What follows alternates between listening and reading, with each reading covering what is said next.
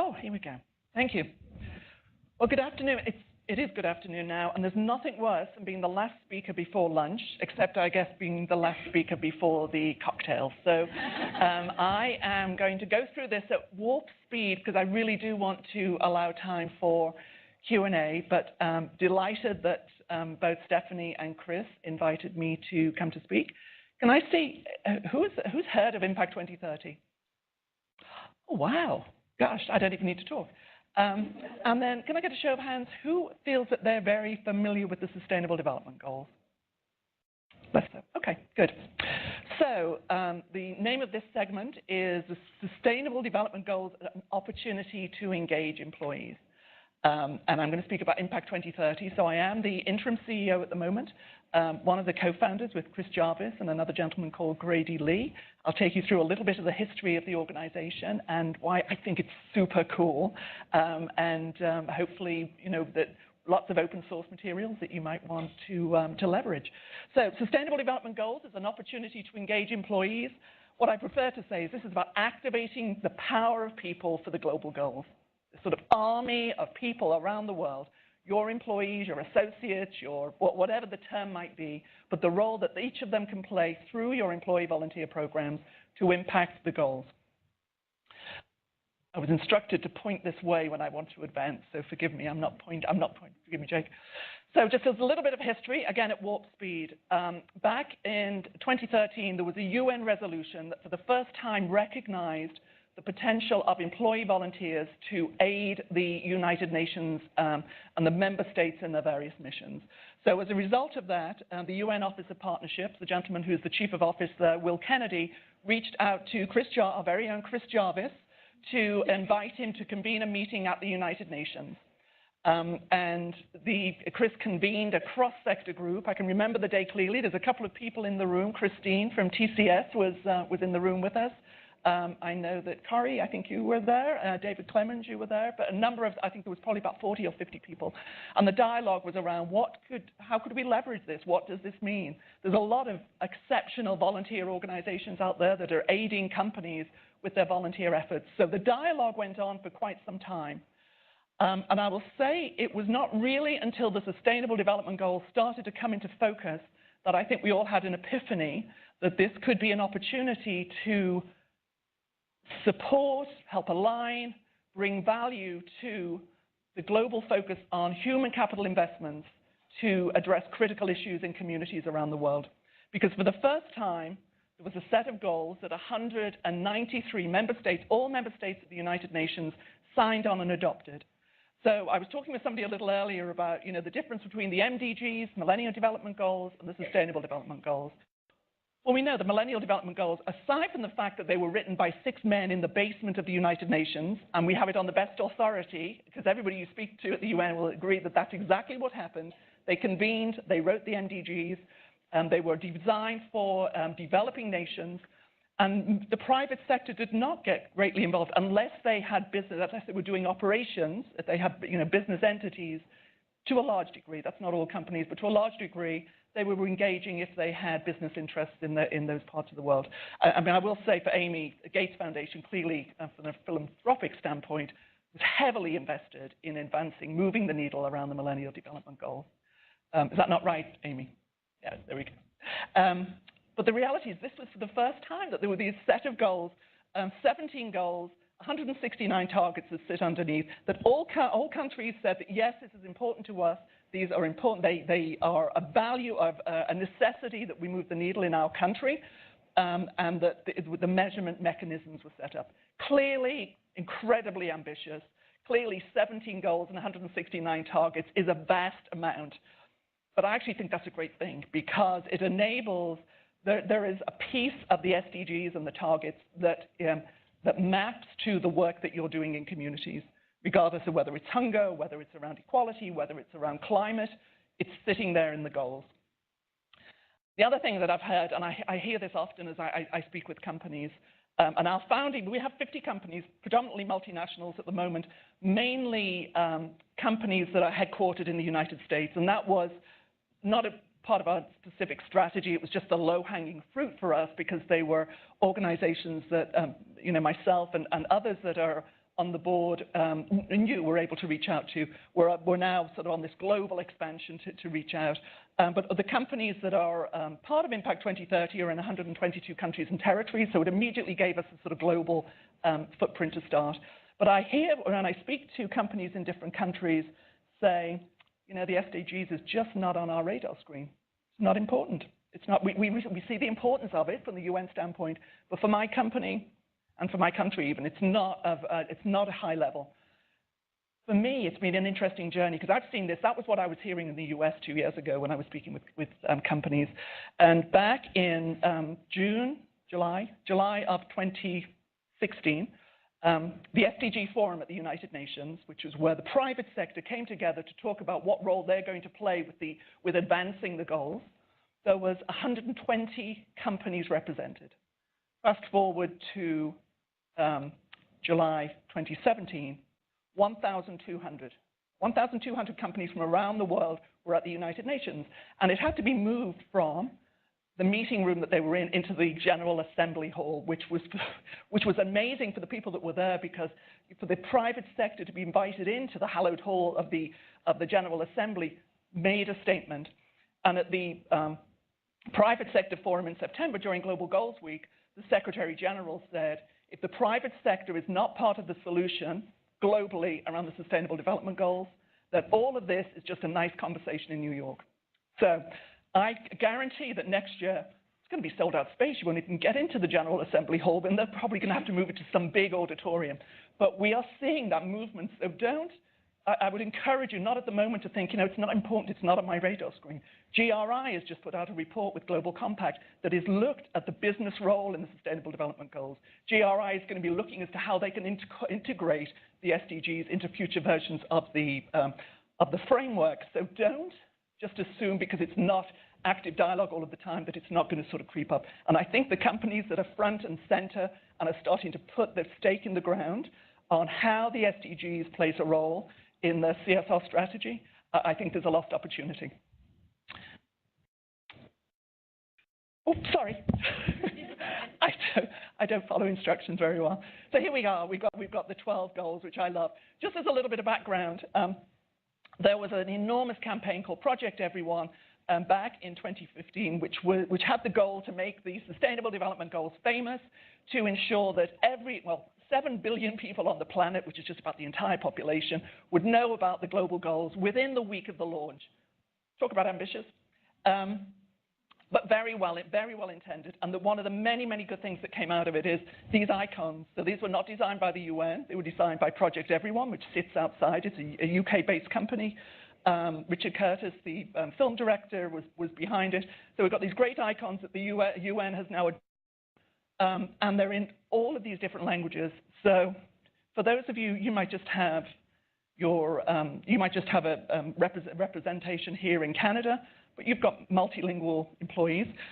So I love to see these different languages. So there we go, coming up, just a sample of a few of them. But coming back to Impact 2030, so you can get these. If you're interested, just go to globalgoals.org. And in the top right-hand corner, you'll see a language tab, and then just click down and you'll see the multitude. I think they're in about 30 languages at the moment, but a great way for companies to be able to reach out and make that connectivity for employees. I was with the Ritz-Carlton at the time of these early conversations, and the reason that I came on board with Impact 2030 was, for me, having a workforce, 40,000 employees in 40 countries, and we focused on hunger, poverty, homelessness, the environment, and education. But they were corporate initiatives. They were the ones that we'd strategically decided what to do with the corporate office.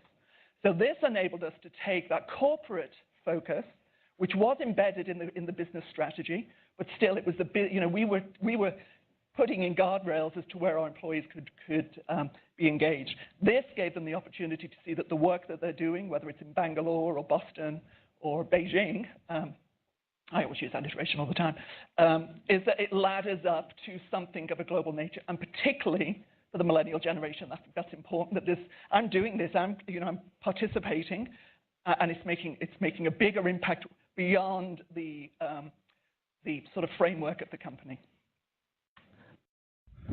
Sorry, I get excited. Okay. And just in case you're thinking that in Canada it's not relevant, the wonderful Prime Minister that I so wish we had in America. You'll see this was pulled from an American website because it does say statement by the Prime Minister of Canada, in case you wouldn't know. But this is what he said during International Development Week, which was earlier this year. This year's theme, Leave No One Behind, which is the overarching message for the Sustainable Development Goals. Canada contributes to the global goals, highlights our collective efforts to achieve the goals laid out in the United Nations 2030 Agenda for Sustainable Development, of which the goals are the integral part of that. Will continue to show global leadership in bringing people together to help achieve lasting progress. So I think, again, you're going to start seeing this sort of ongoing cadence and fine-tuning of messaging. I've got a short video. Thank you. Enjoy. Unique opportunity to become involved in making the world better. Genuine global impact now. The United Nations has created an agenda for the preservation of the planet and its people. All 193 member states that make up the UN unanimously agreed on how to execute this agenda by identifying 17 Sustainable Development Goals. They provide a common framework to address the most critical issues of our time. This is the opportunity we have been given. It's a plan for the future of the world and its people. Impact 2030 is helping to execute this plan by mobilizing human capital within the private sector. We are a business-led initiative working with the United Nations and social and public sectors to help achieve the global goals through employee volunteering. With your talent, commitment, and corporate backing, you can be absolutely central to the realization of this plan. We in the United Nations are ready to work with you. So far, our partner companies represent more than 5 million employees in 220 countries and territories. It's pretty clear what business can do in facilitating and implementing the Sustainable Development Goals. Impact 2030 objectives are threefold. First, to activate people within the private sector on the goals, to inspire awareness and show employees how they can apply the goals to their local community and help achieve them. We need the right set of people, which is why the mission of Impact 2030, bringing the human capital that is untapped and available within organizations, is so important. Second, we are creating avenues for business to collaborate with each other, governments, and the social sector. Because we can't go at it alone. Impact 2030 allows us to collaborate between the public and private sector. Impact 2030 action teams are already forming locally in North America, South America, Southeast Asia, Europe, the Middle East, and Africa. This will enable our employees around the world to make incredible impact, whether they're in Boston or Bangalore or Beijing. And third, we are creating a universal framework to measure volunteer impact on the global goals. We really want to, through Impact 2030, elevate the good that companies are doing and the impact that it's having. We are uniting a global community of companies, large and small, to join other stakeholders, align their efforts, and light up their workforce on a once-in-a-lifetime opportunity. You represent extraordinary power to change and transform. Each of your employees is potentially a multiplier for impact. These global goals are ambitious, but if we work together, they are achievable. So join Impact 2030. Mobilize your people. Let's get this done.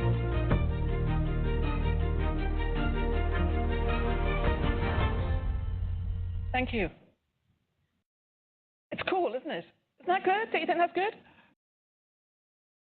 Okay, so I'm going to move on for a minute while we're sorting out this. So just a little bit about the mission of Impact 2030. Private sector led, although we're moving that language a little bit because this is really about tri-sector collaboration.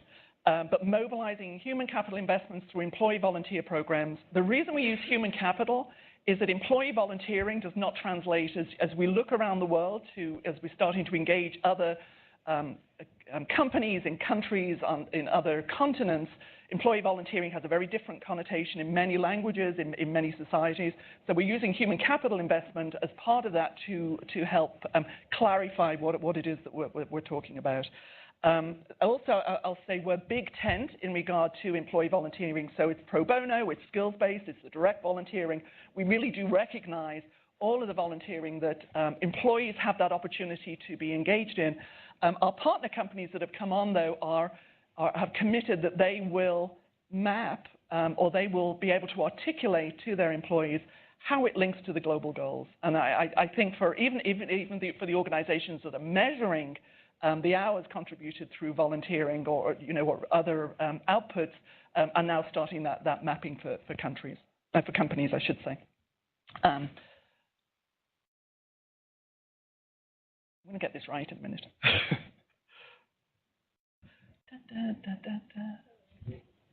There we go. Okay.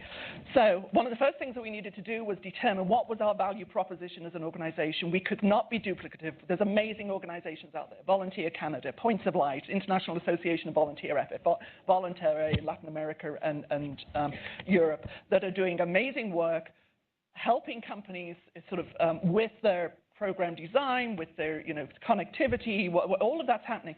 So what could we do as an organization that would be additive, only additive? And we've settled on 3 areas: activate, collaborate, and measure. Sorry, we're going to another slide. There we go.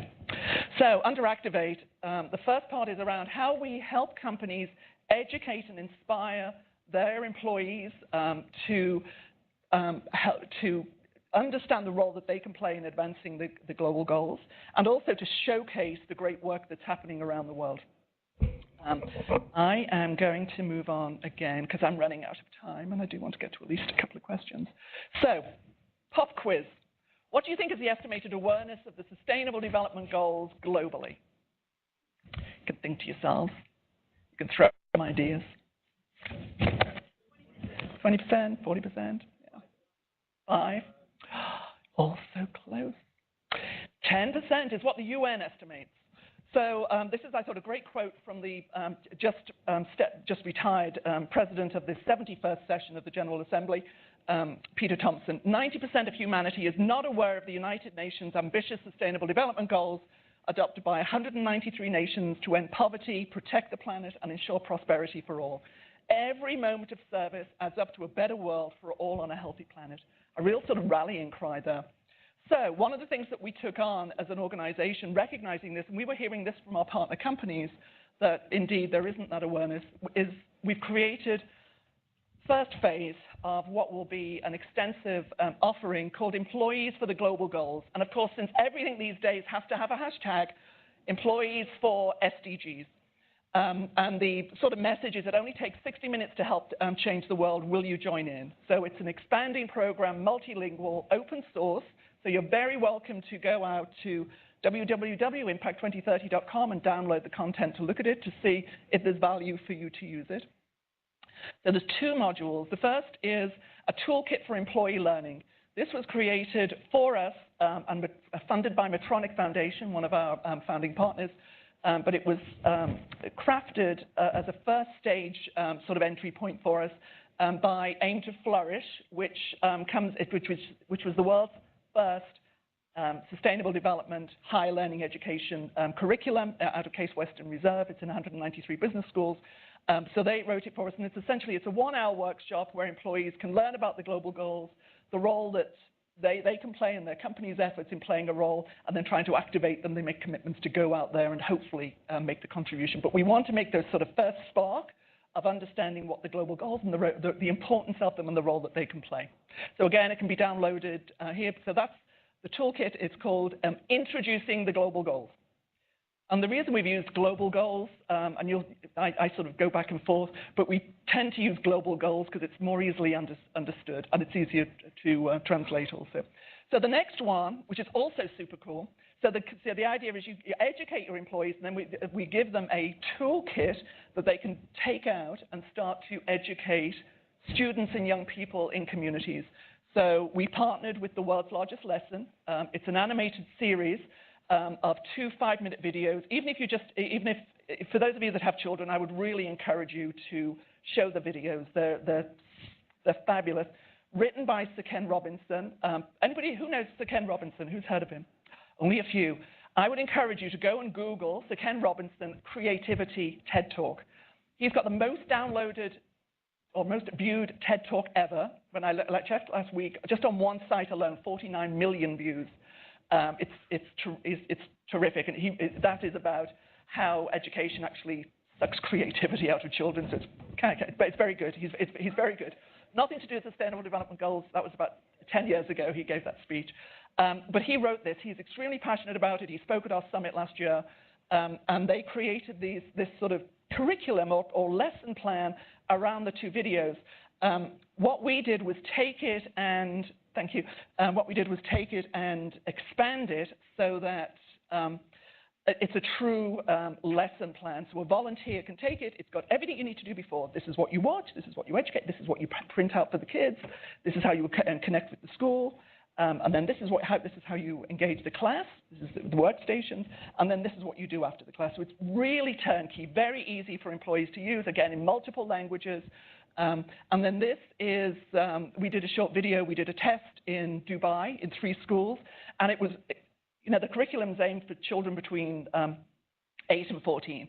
And it's amazing I couldn't show the video because of time, but just to hear these students talk about why they feel quality education is the most important goal that will help achieve all of the other goals, or zero hunger, because if people are starving, then we're not going to be able to achieve all 17 goals.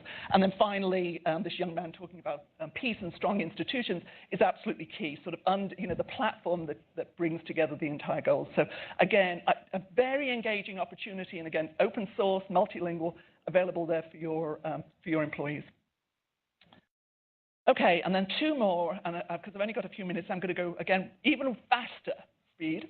The second one is collaborate. At the very core of Impact 2030, we believe that the ability to have sustainable, scalable solutions is by companies and other sectors coming together to identify how they can work together, leveraging the skills, talent, and experience of their employees to help address issues in the community.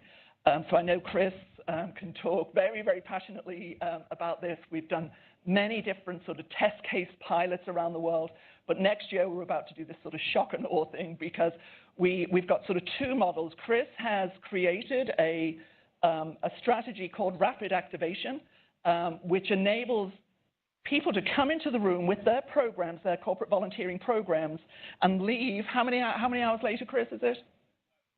2.5 hours later, with connectivity between all the people in the room. So he just piloted it with PIMCO, one of our founding partners. We piloted it in Orange County on the West Coast just last week, and amazingly successful. It's going to be piloted also in LA and San Francisco, but it really helps that connectivity so that companies are not doing sort of episodic or even sort of siloed projects with NGOs, because we all know the NGO community gets so distressed when that company comes forward and says, I've got 50 volunteers the week after next, and how can you, NGOs just inherently don't have the resources to do that. So how can we get companies together? So we'll be doing these projects, these rapid activation projects all over the world, but also we're going to do 10 large-scale impact projects that Impact 2030 is going to put the seed funding into. We're doing one in Bogota. We're already in conversation with the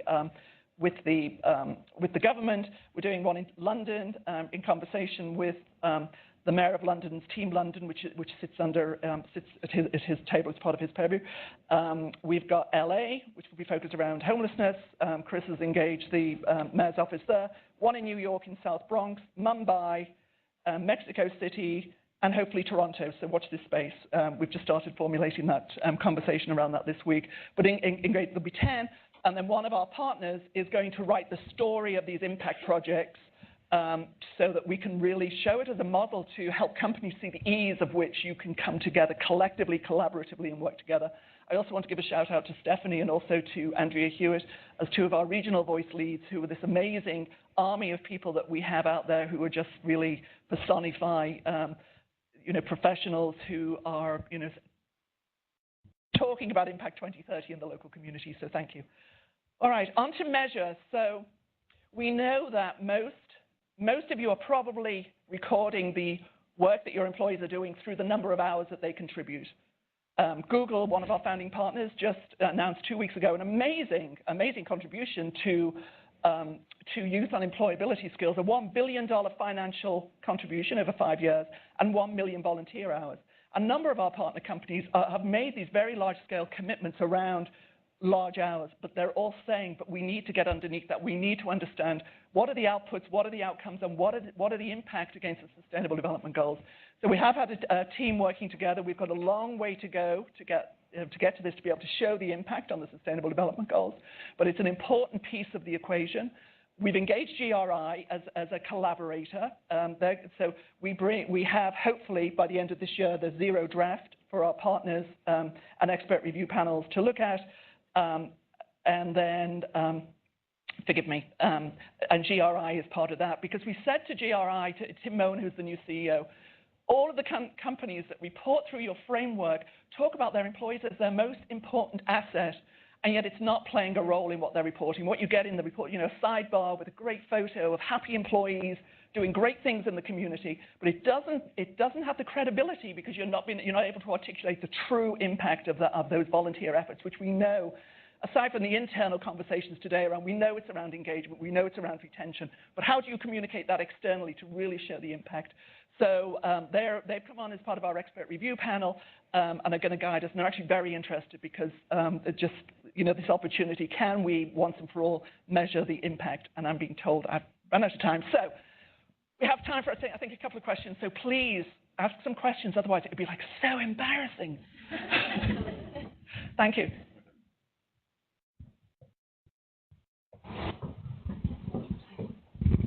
Hi there, Layla Fentz, formerly of Deloitte and Loblaw.